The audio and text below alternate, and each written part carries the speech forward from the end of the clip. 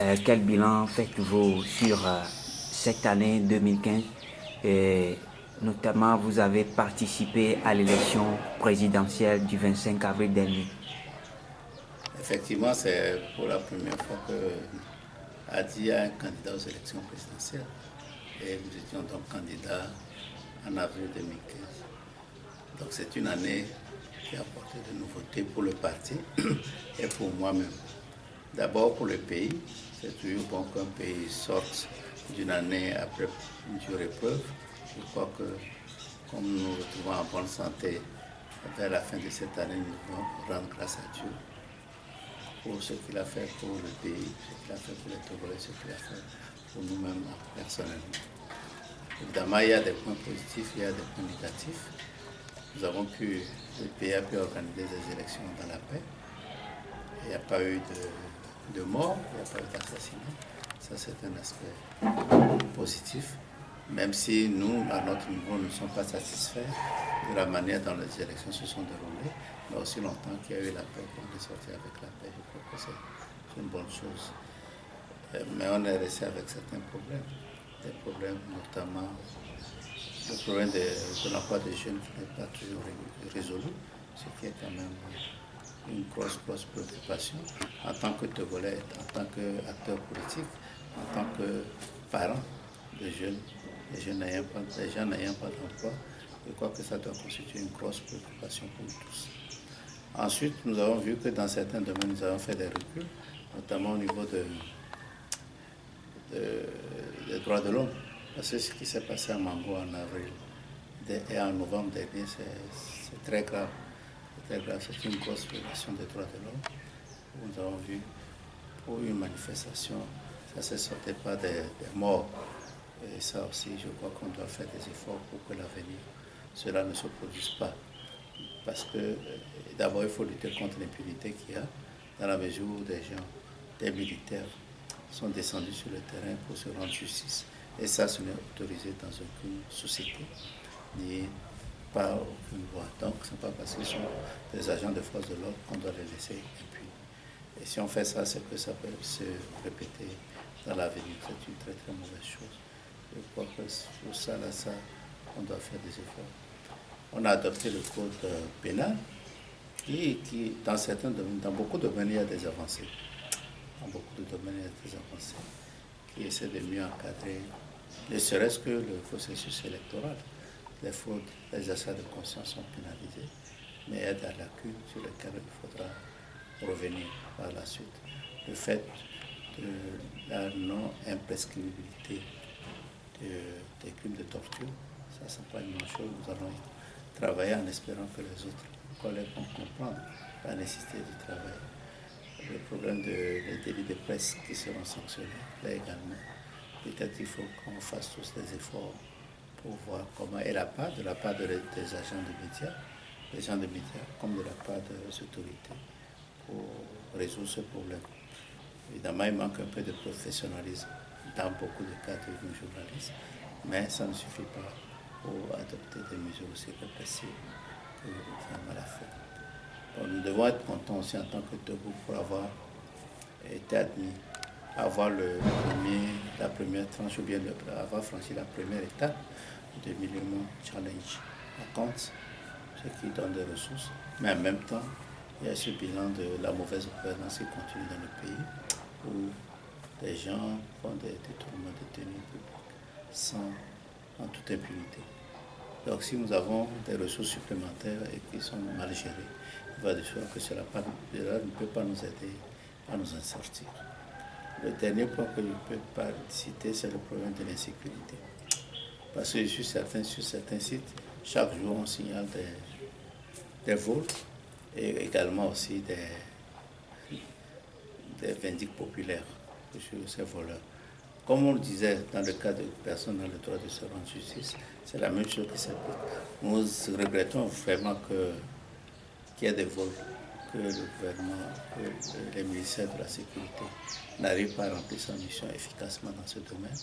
Mais aussi, il faut quand même dénoncer le fait que la population, quelle que soit la raison, se mette à brûler les voleurs, je crois qu'il faudra faire un effort pour les amener devant la justice. Monsieur le Président, où est-ce que le bas blesse aujourd'hui? Quoi, au niveau de la... Ouais. Non, aucun... Comme principe de base, personne ne doit se rendre justice. Je suis d'accord que lorsque vous avez la visite d'un voleur, n'est pas un saint. Et si vous visitez, il peut vous tuer. Mais est-ce que ça justifie que l'on tue? Peut-être que ça, c'est le signe également que la population n'a pas confiance à la justice. C'est ça. Donc il revient à la justice, à nos gouvernants, de faire tout pour améliorer l'image de la justice et des forces de sécurité, pour améliorer auprès de la population. Je crois que c'est ça. Monsieur le Président, est-ce que à ce jour-ci, Adi regrette d'avoir participé à l'élection présidentielle? Nous ne regrettons pas. Nous ne regrettons pas parce que ça a eu... Et pourquoi nous avons participé? Nous avons expliqué ça à plusieurs reprises. Pour nous, vous savez, l'Adi et personnellement, nous sommes les seuls, pour ne pas dire les plus engagés dans l'option de candidature unique de l'opposition par le passé. Mais nous avons fait des analyses rétrospectives. Nous avons constaté qu'il y a une confusion entre candidature unique et stratégie commune. On peut avoir une stratégie commune, mais ne pas avoir de candidat unique et gagner. L'exemple du Burkina l'a montré lorsqu'ils ont déjà eu la révolution du Burkina. Si vous voyez très bien, ils n'ont jamais parlé de candidature en ce moment. Ils ont parlé de bloquer Blaise pour le changement de la Constitution. Ils se sont levés tous ensemble et ils ont obtenu ce qu'ils voulaient. Mais lorsqu'ils faisaient ça, tout le monde savait que parmi eux, il y aura plein de gens qui seraient candidats. Et cela n'a pas fait. Ils avaient plein de candidats et bon, les Burkinabés ont fait leur choix. Donc nous aussi, on peut faire la même chose. Donc c'est l'idée que nous avons voulu vendre à nos collègues, dire que voilà la situation. Mettons-nous ensemble pour lutter pour les réformes. Et une fois les réformes obtenues, chacun va être candidat. Nous avons constaté que cette idée n'a pas tellement marché, mais nous savons également que l'idée de candidature unique ne pouvait pas, ça nous divisait. Ça nous divisait et nous avons dit que bon, si c'est ça, il faut quand même commencer par vendre nos idées. Puisqu'on parle au sein de l'opposition, malheureusement, les gens n'arrivent pas à comprendre ou bien à acheter l'idée, à être convaincus de l'idée. Malgré le fait que beaucoup d'expériences ont montré que nous avons probablement raison. Donc c'est pourquoi nous avons décidé d'aller nous-mêmes aux élections pour pouvoir expliquer à la population l'objectif de notre candidature et également pouvoir amener une alternance dans le pays. Nous ne regrettons pas d'avoir été candidats. Le drame de Mango montre clairement la nécessité de l'organisation des élections locales. Parce que du moins, une gouvernance locale plus dynamique, plus intense, plus démocratique, dans la mesure où l'implication de la population locale peut leur faire comprendre les problèmes de leur localité et également leurs intérêts et prendre soin d'eux-mêmes, s'occuper de leurs propres intérêts, etc. Parce que s'il y avait eu une grande participation de la population de Mango dans la gestion du projet de la réhabilitation de la faune, de aires protégées, je crois que ça n'aurait pas entraîné ces conséquences. Donc, premier point. Deuxième point, la gestion de la crise même. Voyez-vous, dans nos textes, ce n'est pas le préfet qui fait appel, en premier lieu, aux forces de l'ordre ou de sécurité. C'est les responsables locaux, les élus locaux qui le font. Dans ce cas, si je crois que c'est directement le préfet qui a fait appel. Il est militaire, il a fait appel à ses collègues. Vous voyez, ça traduit très bien la nécessité de renforcer, d'aller vers les élections locales et de renforcer la gouvernance locale. C'est un champ de bataille auquel nous devons nous mettre l'année prochaine au niveau de l'ADI. Et quelles sont les perspectives de l'ADI pour 2016?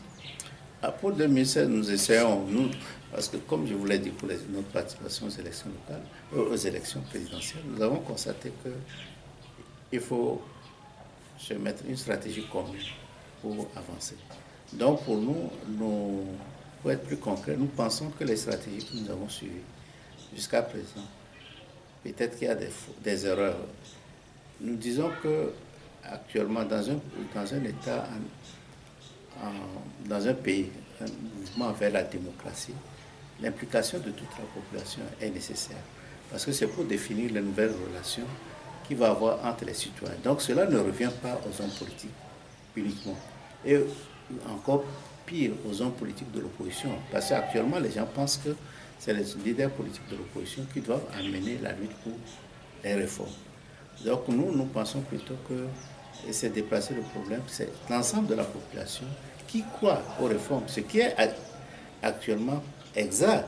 Beaucoup de Togolais qui sont du NIR, de l'NCDATI, du CAR, etc., même sans parti politique, sont pour les réformes. Alors on s'est dit que mais il faut que ces gens-là, comme c'est la population qui est pour les réformes politiques, constitutionnelles, institutionnelles, il faut que ces gens s'engagent et disent explicitement à la population, voilà, nous sommes pour les réformes. Donc, nous pensons qu'il est indispensable qu'il y ait une démocratisation de la lutte.